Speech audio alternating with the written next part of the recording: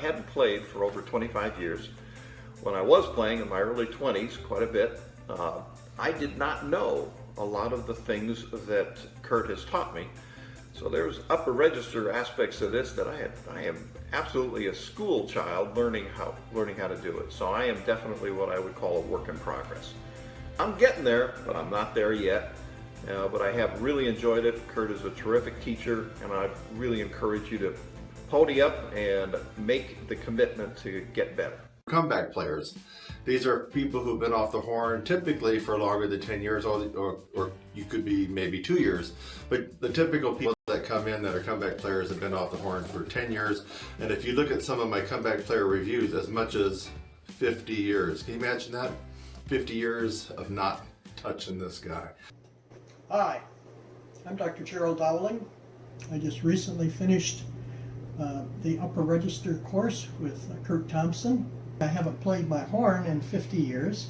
Enjoy making music. I would highly recommend Kurt. If you are younger, at any level, whether you be in school, whether you're at the university, whether or not you're professional, or you, like me, just enjoy music, give Kurt a try. I think you'll be pleasantly surprised. So I also offer a free consultation over the phone or Skype. So that means no matter where you live in the world, you could kind of pick my brain about this course. So the consultation is about that, about the logistics, when we do it, how long the lessons are, how you send in your tuition, when to get started, when to get in the schedule, all those kinds of things, and what you can expect to get out of investing that kind of tuition in yourself for the next 4 months. If you're serious and you're about ready to take that step to really change your playing, it's a life-changing moment really after these 4 months, it really is. And just to have range and endurance and sound and just not be stressed out when you go to rehearsals, I mean, it just is just well worth it, folks. It really is. Just to have that off your head and just to be able to enjoy having fun with this instrument. I'm Kurt Thompson, and I'll see you, my friend, in the next one.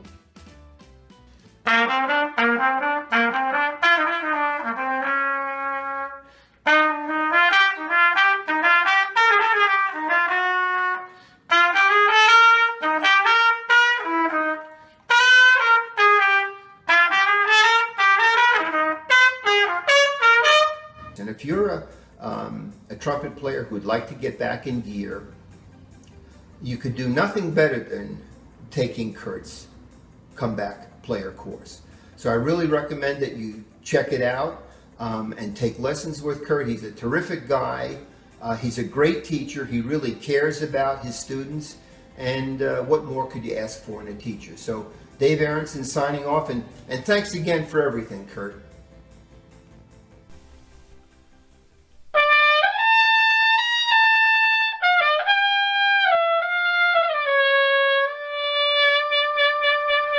Kurt's program has given me the ability to do that. He's helped me improve my playing, but even more importantly, he's helped me improve my enjoyment in playing, because I'm not focusing so hard on whether or not I can play a note. Now I'm looking more at how do I play that note.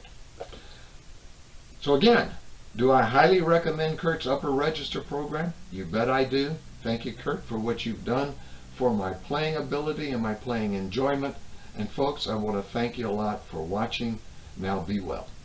I'm a comeback player, and I just completed Kurt Thompson's 16-week upper register and endurance course, and it was really great. But actually I'm here today to talk to you a little bit about Kurt and his brand new course, the Ultra Comeback Player course. I think it would be perfect for any comeback player, regardless of their goal. In my case, I'd like to be playing back in a rock group, Latin group, or a jazz band, but a player who's just interested in playing for their own enjoyment, wants to make progress, or they want to join a community orchestra. I think it's the perfect structure to get you back into it in the right way and start feeling confident about yourself and enjoying the whole process. So I highly recommend you give Kurt a call, check out the course, and good luck to you getting back into playing again.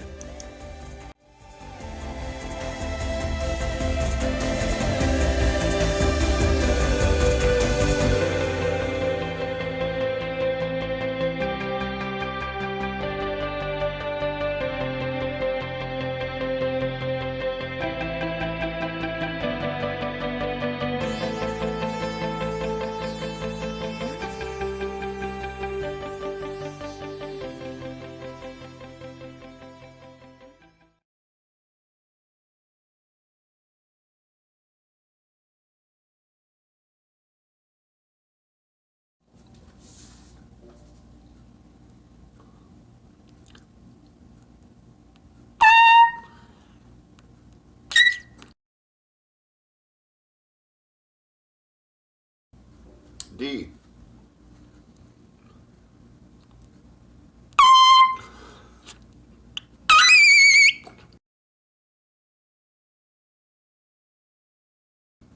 E.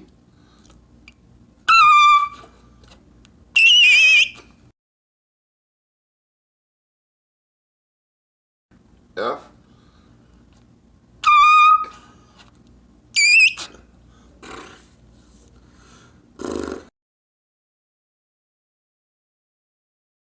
G.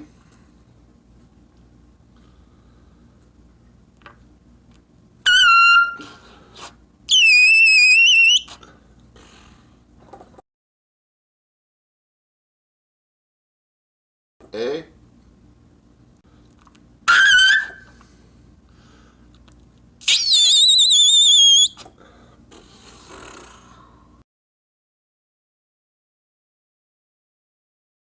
Two left.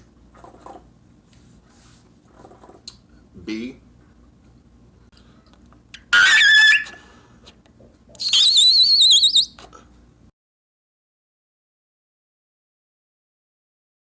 Yeah, we'll do one more.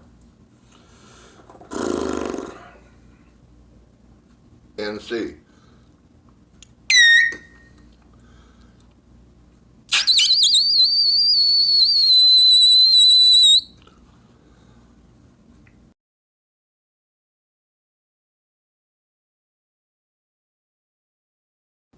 Folks. Oh yeah. The squeak Triple of C, today baby. is the big screaming note of tomorrow.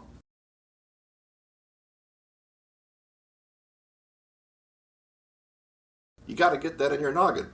I wasn't even planning on making this video, but it occurred to me last week I had a student, pretty much high school age. I'm not going to say too much because he's one of the subscribers here. He was frustrated, dejected, depressed because we've been doing a lot of different things, and he said, well, I still can't knock out the double G, and the E and F are weak. We're talking about right above high C. And I said, well, let's hear what you got.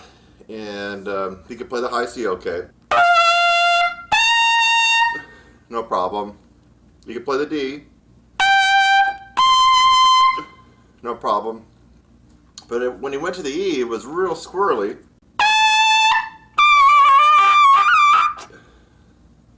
The F wasn't coming out. Nothing really there. And then the G, double G was just really nothing. So I stopped him there and I said, okay, you're frustrated because you can't get a ball busting Birdland, Maynard Ferguson, double G. Yeah, that's right. I'm frustrated. I said, well, okay, don't blow a lot of air through the horn. Let's just hear you just squeak. Hit that note out. Squeak. Don't hardly put any air through the horn, just squeak.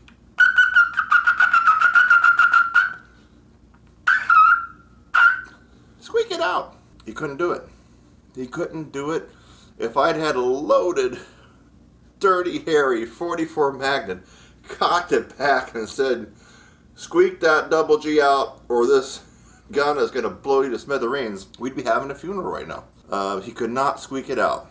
And that brought me back to my roots. And I don't know if you've heard this saying, but the squeak of today is the note of tomorrow. The squeak of today is the note of tomorrow. The squeak of today is the note of tomorrow. Okay, maybe you've heard that before. Now what if you can't squeak? You must be a squeaker before you can be a screamer.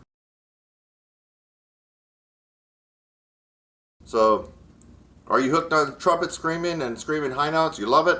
Yeah, I like it myself.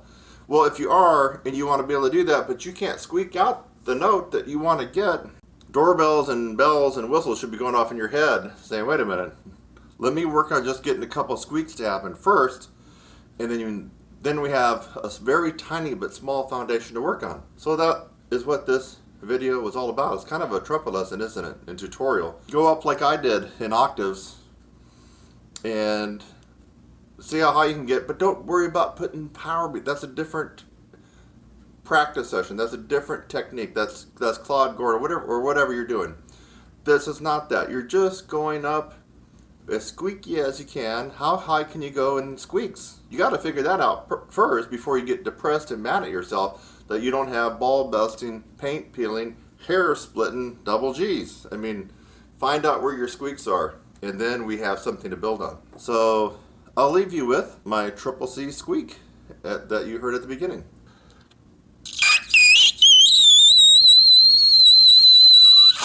Gotta squeak it before you can scream it. Boom, Kurt Thompson. Like this video, subscribe, and watch a lot more. I'll catch you in the next one. Bye-bye.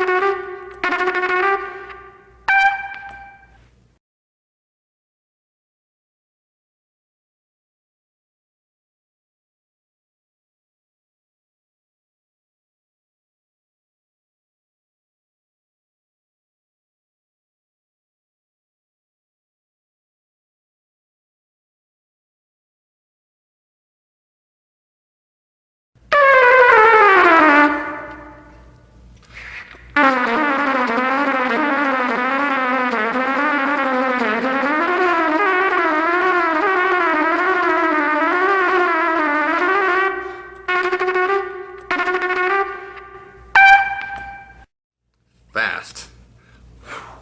Whew, fast.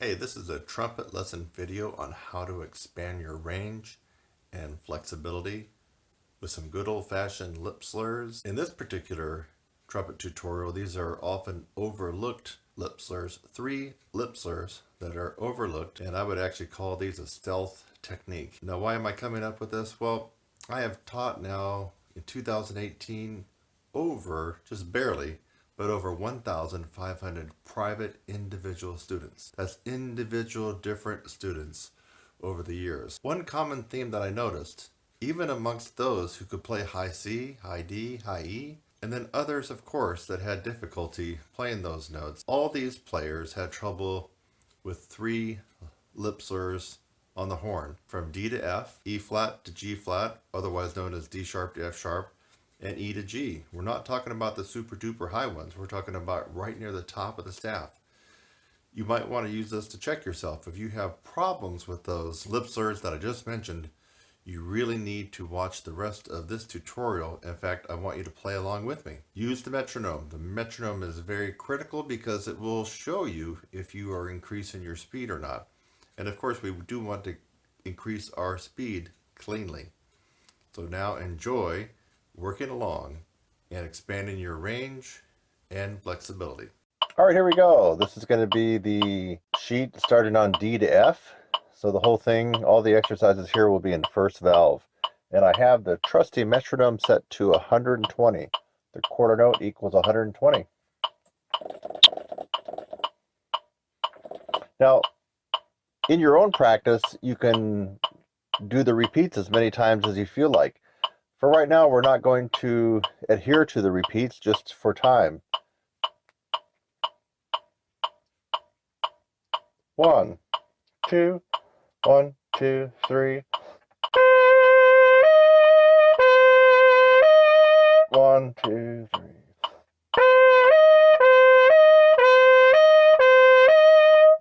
And you can go back and repeat this on your own if you like. Now those were half notes, then quarter notes. Now we're into 8th notes. Second line. 1, 2, 3.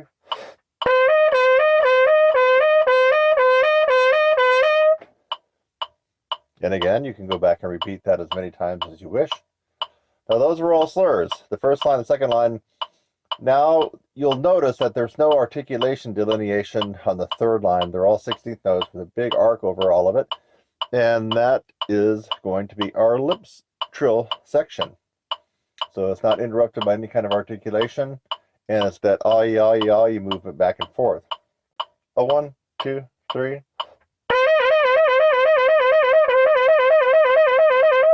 Or you could go back and you don't really have to tongue on the second measure. So Let me just do several of them in a row. 1, 2, 3.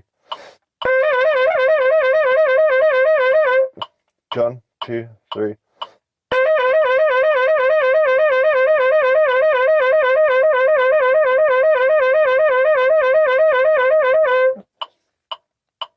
Okay, 16th notes. Now for you advanced and pro players, you could ratchet it up one more notch, right, to 32nd notes. And this is just a bonus.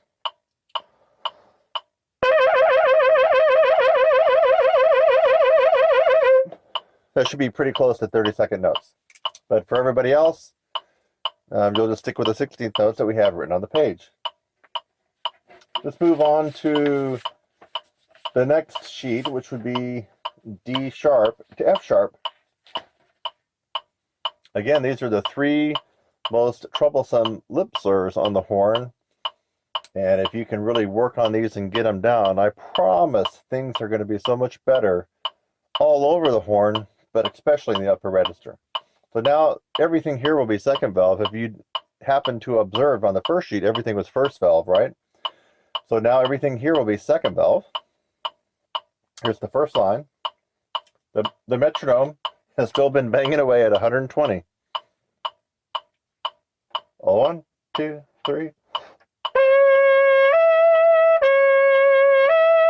1, 2, 3.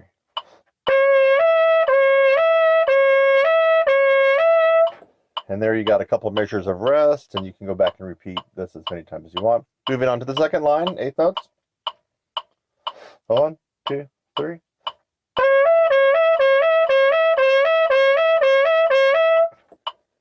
Okay, you got your 2 measures of rest. And the third line are good old-fashioned lip trills. And you could, I personally wouldn't break up the 2 measures here with the tongue, although that's the way it's written, isn't it? But personally, I would just sail on through and probably go as many times as I could in one breath. 1, 2. Oh, by the way, you notice a 2 below the exercise and a bunch of dashes, and then a 2 and a bunch of dashes. That just simply means to play everything second valve.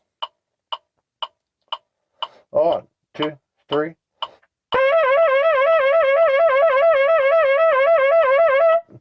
Okay, and then for you advanced and pro players, 1, 2, 3.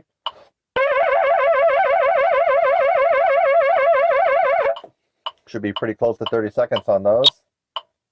Moving along to the last sheet.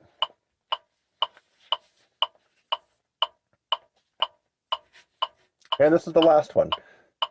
And the highest of the 3. Starting on E, and I already told you the second sheet was all second valve. Well, this last sheet is going to be all open. And we still have the metronome banging away at 120. Quarter note equals 120. It's the same format, so let's go ahead and tackle this one. Starting on E to G now. 1, 2, 3. 1, 2, 3.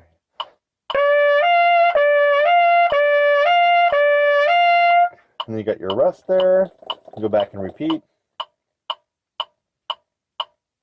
And second line. 1, 2, 3.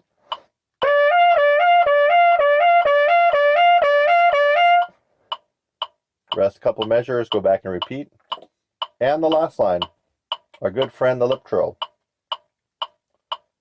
1, 2, 3.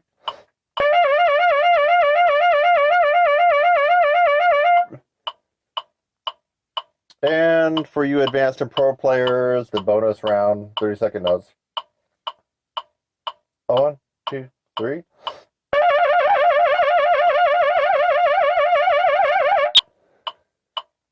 All right. I hope you really enjoyed working along with me on these 3 different lip slurs. You're going to get something out of it. I guarantee for the investment of practice time on these 3 lip slurs, you will see an increase in range and a big bump up in flexibility and facility all over the horn. Keep track of your metronome progress.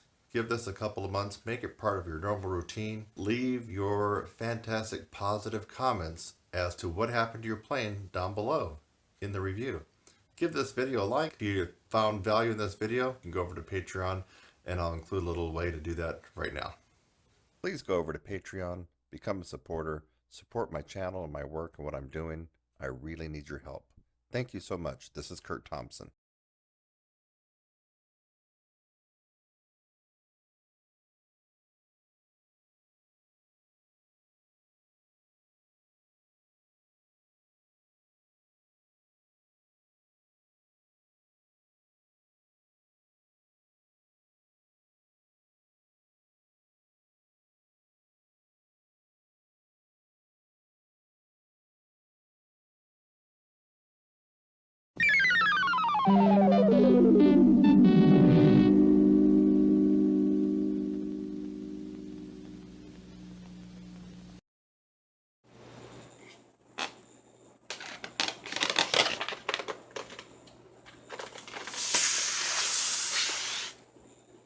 You just saw the first stage of compression for brass players.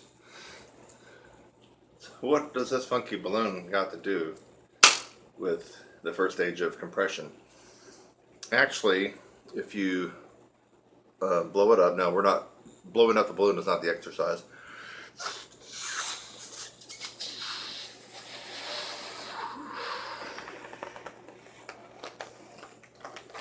Okay, the first stage of compression is about taking in more air via your diaphragm into your lungs and creating so much pressure on your lungs that the air almost wants to force its way up through your throat and out through your mouth. There's so much pressure there, it almost feels like the horn is kind of playing itself. And there's a lot of energy behind that. If you just look at this balloon, I mean, if I just let it go, boom, it just went way up. I mean, there was energy there in that balloon. So, I'm not an engineer and I haven't studied engines and machines and rockets and stuff like that, but I do know one thing. There is a difference between a jet engine and a propeller plane, or that type of engine, and we're talking about planes. The jet engine is based on that principle of the balloon building up so much pressure, then poof, it releases all that energy. It's quite amazing.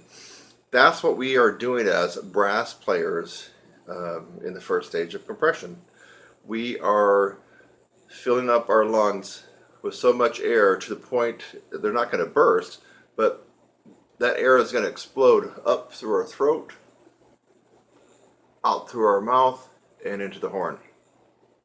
And of course, we're able to regulate it along the way.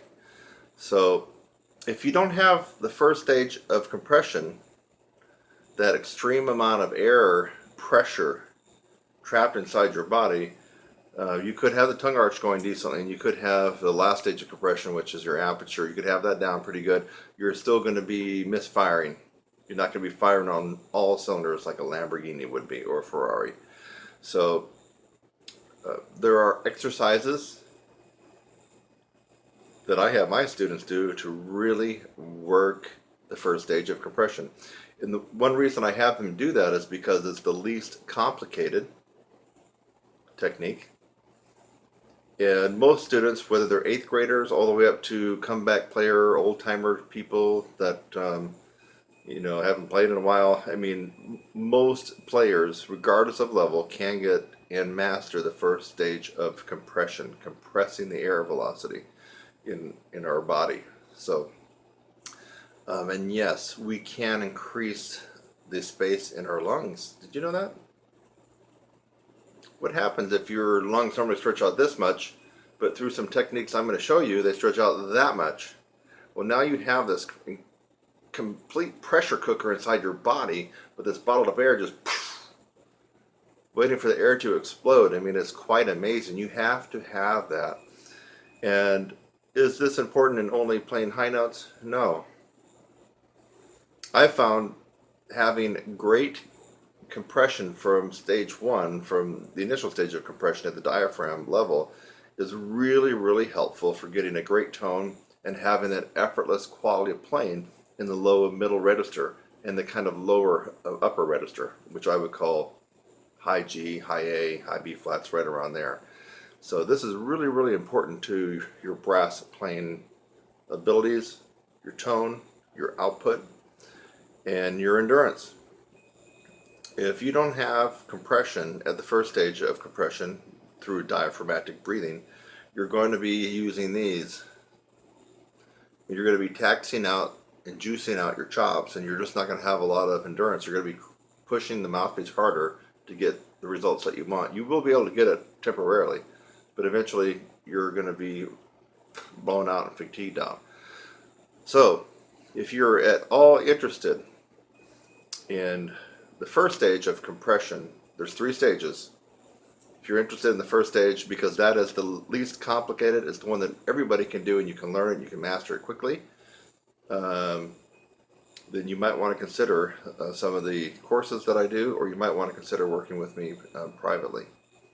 And that doesn't matter if you're in Zimbabwe, Russia, China, South Korea, Europe, or Tallahassee, Florida, it doesn't matter. We do it via Skype or over the phone. So I have these ears. These ears are really, really good, and it's pretty amazing. I can hear someone play over the phone, and almost instantly I know what they're doing wrong. Okay, I don't even have to see you, but if I can't figure it out by hearing it, I will watch you, and I'll figure it out after that. So I hope this was helpful for you. In case I didn't emphasize this, there are 3 stages of compressing the air, and they all have to be just perfectly aligned and just mastered to get the absolute astounding sound, tone, power, accuracy, endurance, and of course the high range. You take one of them out and you got problems. Doesn't mean you can't play, it just means that you have problems and challenges.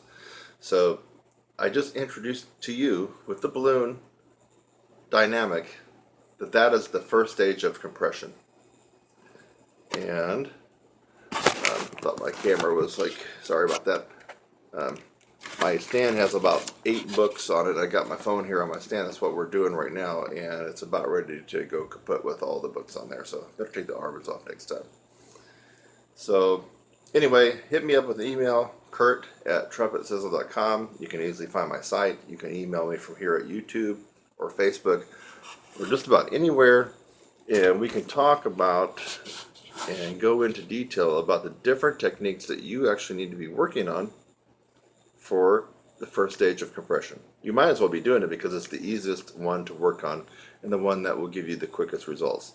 The others actually give you the most potent and best results, but unfortunately they take a lot longer to master and to really get the feel of. I'm talking about tongue arch compression at the bottleneck, and I'm talking about aperture compression.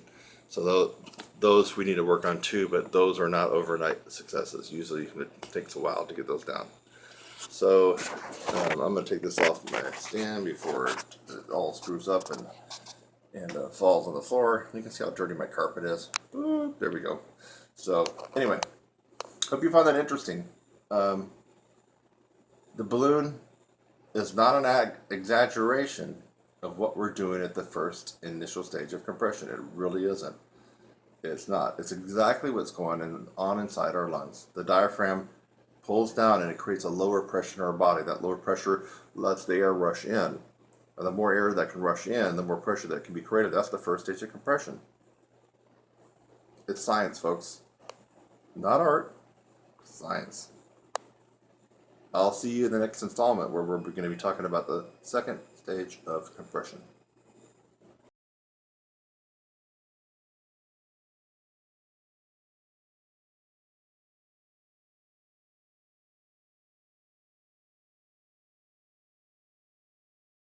That moment when you go, I shouldn't have taken all those days off the horn. Now, we've all had that moment. Really, we all have had that.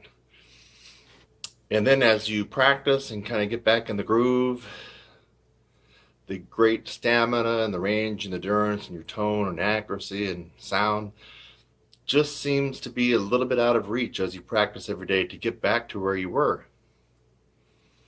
At some point, it dawns on you that you are back, but how long was it that it took you to get to that point? And that's the ambiguous, elusive part of when you take off from this instrument. It's very unforgiving. Unforgiving, let me give you an example. I've been so busy over the last week that I wasn't able to get to the gym, my 3 or 4 days a week. So it's been 5-6 days. I went to my same machines and weight workout routine thinking that I was going to be weak, not doing that well, not have a lot of energy. And because we're talking about large muscle groups, I actually felt stronger. I had a hell of a workout. That's a week off. So what's the difference in taking a week off from running, walking, working out, Zumba, yoga, hiking, whatever it is that you do? And then you get back in the groove almost right away. But on this instrument, What is the difference? I am not a doctor or a scientist, although I play one on TV. But I suspect that it's because of the extremely small, fragile, and fine muscle fibers that are right here in our face that are a lot different than the big muscle groups of our legs and our back and our shoulders and our chest and our arms. So it's very, very weird about our embouchure in the fact that within 24 hours of not playing it seems like the tone and the muscles tend to atrophy right away. You know that, right? Don't believe me? If you've been playing 3 or 4 hours a day and gigging several times a week and you all of a sudden go to nothing for 3 days, try it. Your chops will just be like wet spaghetti. I mean, it'll just be like blah. My suspect is due to the fact that we have very, very small feather-like muscles around here and not the huge dense muscles of our shoulders, buttocks, legs, back, chest. And then I guess the most dense muscles are our abdomen and our calves. Those are the ones supposedly you could work out every day and they're still going to get stronger. So this tutorial here is giving you a little bit of some inside information that can only come from a guy who's been looking at this stuff for decades. Not 1 year, not 5 years. I've been playing longer than 5